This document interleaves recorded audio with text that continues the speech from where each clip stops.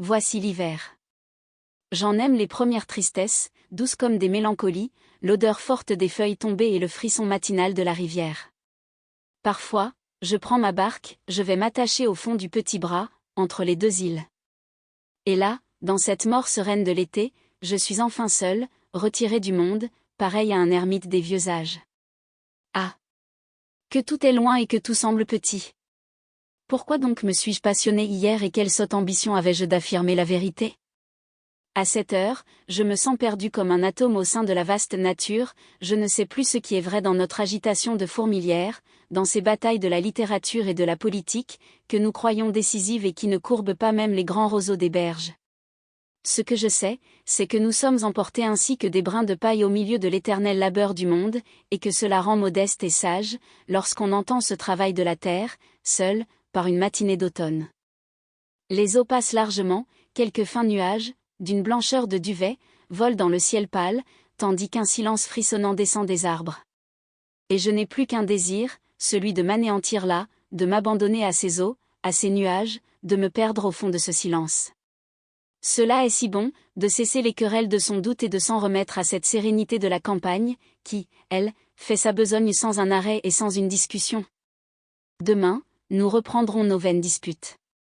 Aujourd'hui, soyons forts et inconscients comme ces chevaux qu'on lâche dans les îles, avec de l'herbe jusqu'au ventre. Toute ma jeunesse s'éveille. Je me rappelle le temps où nous partions en bande pour découvrir la Seine, à quelques lieues de Paris. L'heureuse époque, où l'on espérait tout conquérir, sans avoir encore rien à garder.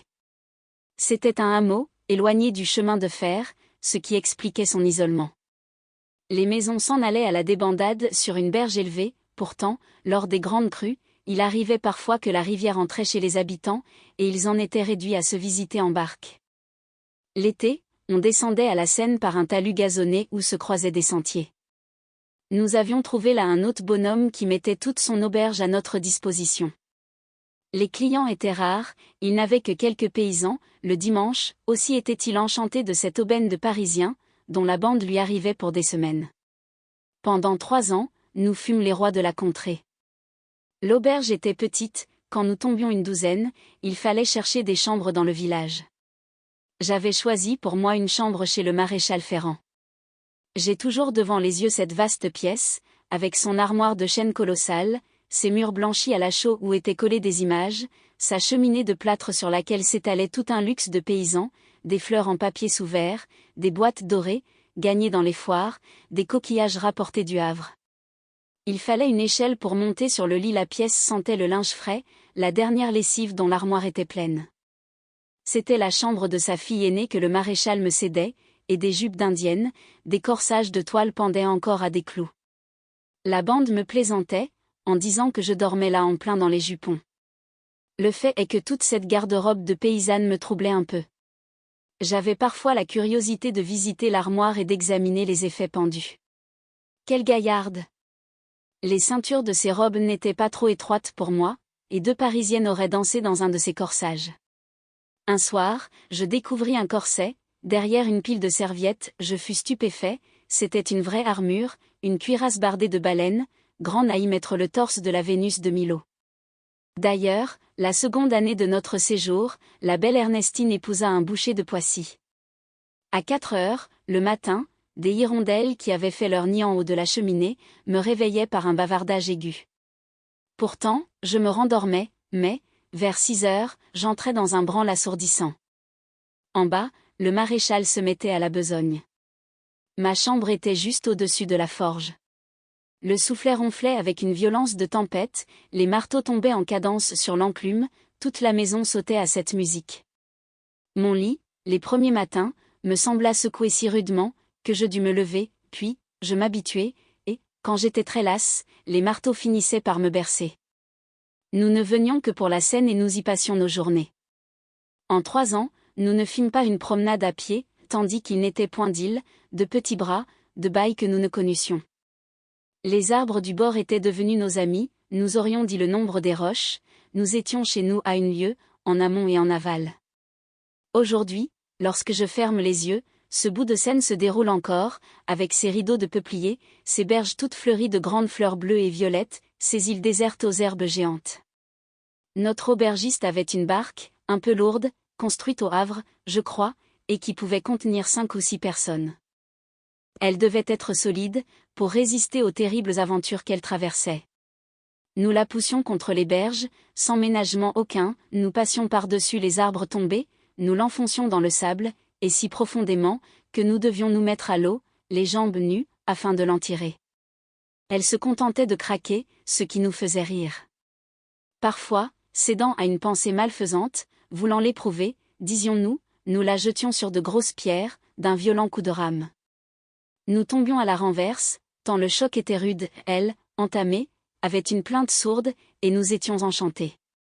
J'ignore si l'aubergiste se doutait des expériences que nous faisions subir à la solidité de sa barque, mais je me rappelle l'avoir vu, songeur et attendri devant elle, à des heures où il ne se croyait pas remarqué. Il se baissait, il l'examinait, la touchait d'un air de paternité inquiète. C'était un homme doux. Jamais il n'osa se plaindre. Puis, nous nous calmions, nous goûtions le charme profond de la rivière. Les 2 rives s'écartent, la nappe d'eau s'élargit en un vaste bassin, et, là, 3 îles se présentent de front au courant.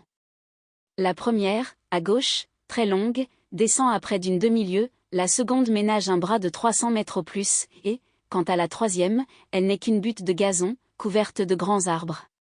Derrière, d'autres touffes de verdure, d'autres petites îles, s'en vont à la débandade, coupées par des bras étroits de rivière. Sur la gauche du fleuve, des plaines cultivées s'étendent, sur la droite, se dresse un coteau, planté au sommet d'un bois chevelu. Nous remontions le courant, longeant les berges, pour éviter la fatigue, puis, quand nous étions en haut du bassin, nous prenions le milieu et nous laissions aller notre barque à la dérive. Elle descendait lentement d'elle-même, sans un bruit. Nous, étendus sur les bancs, nous causions, pris de paresse. Mais, chaque fois que la barque arrivait en vue des îles, par les temps calmes, la conversation tombait, un recueillement invincible nous envahissait peu à peu. En face, au-dessus de l'eau blanche, les 3 îles se présentaient sur une même ligne, avec leurs pointes arrondies, leurs proues énormes de verdure. C'étaient, sur le couchant empourpré, 3 bouquets d'arbres, aux jets puissants, aux cimes vertes, endormis dans l'air. On aurait dit 3 navires à l'ancre, 3 léviathans, dont les mâtures se seraient miraculeusement couvertes de feuillage. Et, dans la nappe d'eau, dans le miroir d'argent qui s'étendait, démesuré, sans une ride, les îles se reflétaient, enfonçant leurs arbres, prolongeant leurs rives. Une sérénité, une majesté, venaient de ces 2 azurs, le ciel et le fleuve, où le sommeil des arbres était si pur. Le soir surtout, quand pas une feuille ne remuait, quand la nappe d'eau prenait le poli bleuâtre de l'acier, le spectacle s'élargissait encore et faisait rêver d'infini. Nous descendions toujours, nous entrions dans un bras de rivière, entre les îles. Alors, c'était un charme plus intime. Les arbres, aux 2 bords, se penchaient, changeaient la rivière en une grande allée de jardin. Sur nos têtes, il n'y avait plus qu'une bande de ciel, tandis que, devant nous, au loin, s'ouvrait une échappée de Seine, un courant qui fuyait avec un froissement continu d'écailles d'argent, des coteaux boisés, le clocher perdu d'un village. Dans les îles, après la fenaison, des prairies déroulaient un velours tendre, coupé des rayons obliques du soleil. Un martin pêcheur jetait un cri, mettait au-dessus de l'eau l'éclair rose et vert de son vol en haut des arbres, des ramiers roucoulaient. C'était une paix souveraine, une fraîcheur délicieuse, l'impression grande et forte d'un parc séculaire, où de puissantes dames, anciennement, auraient aimé.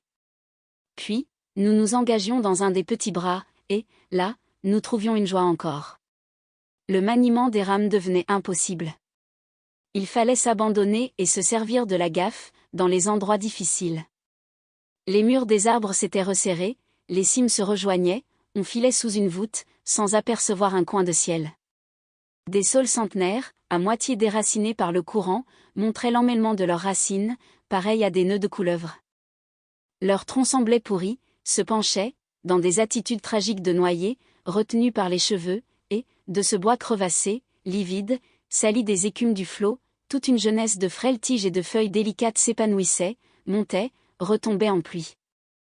Nous devions, en passant, baisser la tête, le front caressé par les branches. D'autres fois, nous filions au milieu des plantes d'eau, les nénuphars étalaient leurs épaisses feuilles rondes, nageant comme des échines de grenouilles, et nous arrachions leurs fleurs jaunes, si charnues et si fades, ouvertes à la surface ainsi que des yeux de carpe curieuse. Il y avait encore d'autres fleurs, dont nous ignorions les noms, une surtout, une petite fleur violette, d'une finesse exquise. Mais la barque descendait toujours, au milieu du frôlement prolongé des plantes. À chaque instant, elle devait tourner, pour suivre les coudes du petit bras. Et c'était une émotion, car on n'était jamais certain de pouvoir passer. Souvent un banc de sable se présentait. Aussi quel triomphe, quand nous débouchions sans encombre dans un grand bras, en laissant derrière nous l'étroit passage, comme un de ces sentiers des bois, à peine frayés, où l'on a dû se couler un à un, et dont les buissons d'eux-mêmes se referment. Que de belles matinées passées ainsi sur la rivière. Le matin, une buée légère se dégageait de l'eau. On aurait dit des mousselines qui s'envolaient, en accrochant des lambeaux de leur fin tissu aux arbres de la rive. Les peupliers semblaient tout vêtus de blanc. Puis, quand le soleil se levait, leur robe tombait mollement comme une robe de mariée. Au jour des noces, ils fumaient un instant dans l'air, et luisaient, avec un petit frisson de leurs feuilles. Nous aimions ces matinées de blanche vapeur, nous allions sur l'eau voir le soleil grandir. Autour de nous, la rivière exhalait une haleine laiteuse. Brusquement, un rayon jaillissait, une trouée d'or empourprait le brouillard. Pendant quelques minutes, les tons les plus délicats, le rose pâle, le bleu tendre, le violet adouci d'une pointe de lac, se fondaient dans l'air vague. Puis, c'était comme si un coup de vent avait passé. Les vapeurs s'en étaient allées, la rivière, très bleue, se pailletait d'étincelles, sous le soleil triomphant. La nuit, les nuits de lune surtout, nous aimions également nous rendre à un village voisin, en amont, et revenir tard, vers minuit, au fil du courant. La barque descendait très lente, dans le grand silence. Au ciel d'un bleu éteint, la lune pleine montait, jetant, sur la nappe élargie, son éventail d'argent. On ne distinguait rien autre, les deux rives, avec leurs champs et leurs coteaux, étaient comme deux masses d'ombre, entre lesquelles la coulée du fleuve passait toute blanche. Cependant, de ces campagnes qu'on ne voyait pas, montaient par moments des voix lointaines, le cri d'une chouette, le coassement d'une grenouille, le large frisson des cultures endormies. Et nous regardions la lune danser dans le sillage de notre barque, nous laissions pendre nos mains brûlantes dans l'eau fraîche. Quand je revenais à Paris, je gardais longtemps en moi le balancement du canot. La nuit, je rêvais que je ramais, qu'une barque noire m'emportait à la dérive, au fond de l'ombre. C'étaient des retours pleins de tristesse. Le pavé des rues m'exaspérait, et, lorsque je passais les ponts, je jetais sur la Seine un regard d'amant jaloux. Puis, la vie recommençait, il fallait bien vivre. Ma besogne me reprenait tout entier, je rentrais dans le grand combat. Et c'est pourquoi je souhaite souvent, à cette heure que je suis mon maître, de m'anéantir dans un coin perdu, au bord d'une berge en fleurs, entre deux vieux troncs de saule. Il faut si peu de place à l'homme pour la paix éternelle. Les vaines disputes de ce monde ne me passionneraient plus. Je me coucherais sur le dos, j'étendrais mes bras dans l'herbe, et je dirais à la bonne nature de me prendre et de me garder.